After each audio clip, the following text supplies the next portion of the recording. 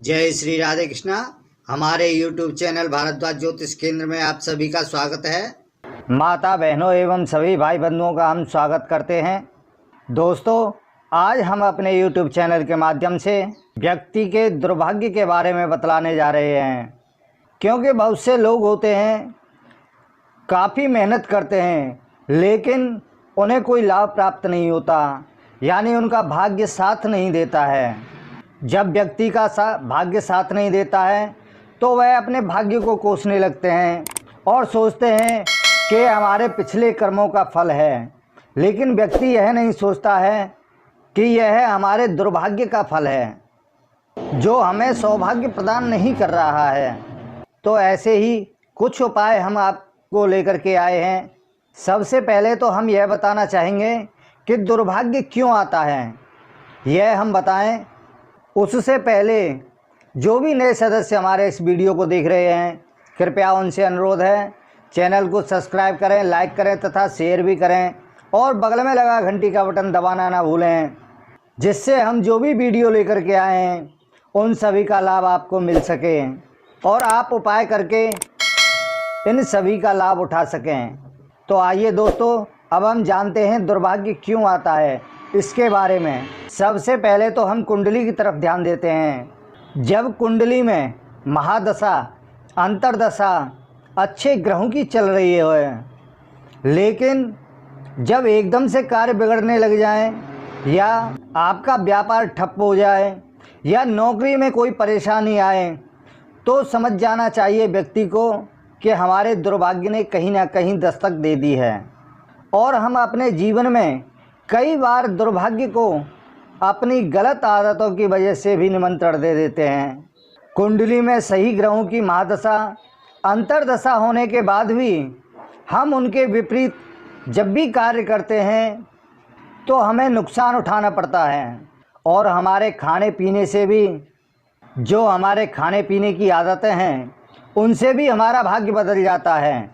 जैसे आप किसी अपने अपराधी मित्र के घर खाना खाते हैं तो इससे आपके व्यवहार के अंदर परिवर्तन आना शुरू हो जाता है और आप में कहीं ना कहीं गलत आदतें आ जाती हैं। यदि आप किसी से फ्री में कोई वस्तु लेकर खा रहे हैं, उससे भी आपके स्वास्थ्य में बहुत ज़्यादा परिवर्तन आता है और धीरे धीरे आपका स्वास्थ्य गिरता चला जाता है।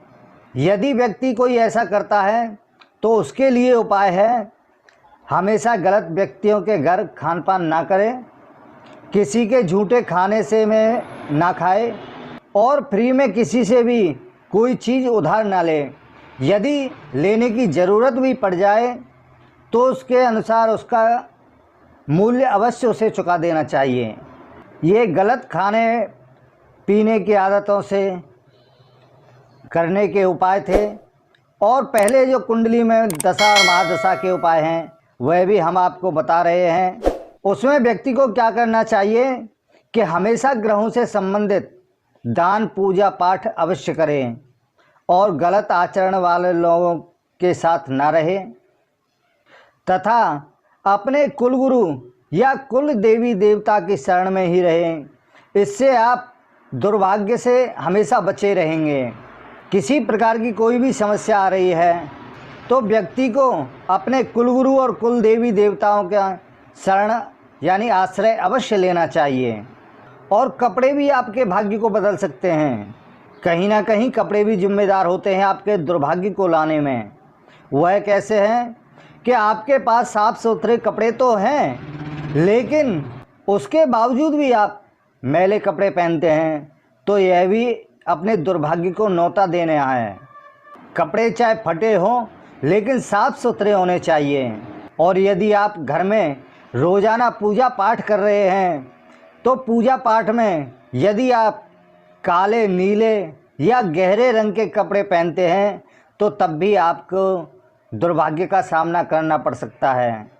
और यदि आप किसी को कपड़ा दान कर रहे हैं, आप देने में समर्थ हैं, फिर भी ऐसे कपड़े दान कर रहे हैं जो बहुत ही हल्के हों, वह भी एक दुर्भाग्य का रूप होता है। तो इसलिए कपड़े किसी को दान करते हैं तो अच्छे दान करने चाहिए। यदि आपने ऐसा किया है तो आपको दुर्भाग्य का सामना करना पड़ सकता है। और इससे बचने के उपाय हैं, हमेशा जब भी आप पूजा पाठ करें तो उसमें साफ सुथरे कपड़े पहने, कभी भी दान में हल्के कपड़े का दान ना करें और किसी का पहना हुआ वस्त्र भी आपको नहीं पहनना चाहिए। अब आगे है, यदि आपने किसी महिला या बुजुर्ग अथवा अपने माता पिता का आपने अपमान किया है तो भी यह दुर्भाग्य जैसा ही है। तो इसलिए किसी भी व्यक्ति को महिला का अपमान या तिरस्कार नहीं करना चाहिए।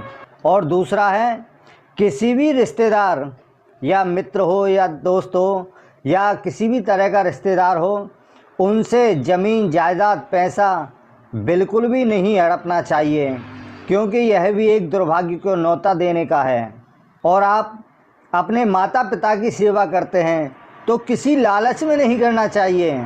यदि आप अपने माता पिता की सेवा किसी लालच के कारण कर रहे हैं तो यह भी एक दुर्भाग्य को न्योता देने के समान है। यदि आपने किसी महिला का अपमान किया है तो उससे हाथ जोड़कर आप माफ़ी अवश्य मांगें। अगर आप ऐसा नहीं करते हैं तो आप अपने दुर्भाग्य को न्योता दे रहे हैं। और कभी भी पीपल, बरगद या किसी भी पेड़ पौधे को नहीं तोड़ें और ना ही इन पेड़ों को काटें, क्योंकि इन पेड़ों में देवी देवता एवं पितर विराजमान होते हैं। यदि आप पीपल, बरगद इत्यादि जैसे पेड़ों को काटते हैं तो आप अपने दुर्भाग्य को न्योता दे रहे हैं। इसका अंजाम आपको अवश्य ही भुगतना पड़ सकता है। यदि आपने किसी भी कारणवश ऐसा किया है तो इससे बचने का उपाय है कि प्रतिदिन आप सुबह नहा धो करके 108 बार गायत्री मंत्र का जाप अवश्य करें। इन सब उपायों से आपका सौभाग्य यानी आपका भाग्य आपका साथ जरूर देगा। यदि आप ऐसा नहीं करते हैं तो आप जाने, आपका भाग्य जाने और आपका कर्म जाने। इसमें दूसरा व्यक्ति कोई भी कुछ नहीं कर सकता है। करना है वह सब आपको ही करना है। तो दोस्तों, आज हमने दुर्भाग्य के बारे में बतलाया है। यदि आप कपड़े पहनते हैं तो किस तरह से पहनना चाहिए और माता पिता की सेवा बिना लालच के करनी चाहिए, वह सभी हमने आपको बतलाया है। तो आज के लिए बस इतना ही। इसी के साथ ही जय श्री राधे कृष्णा।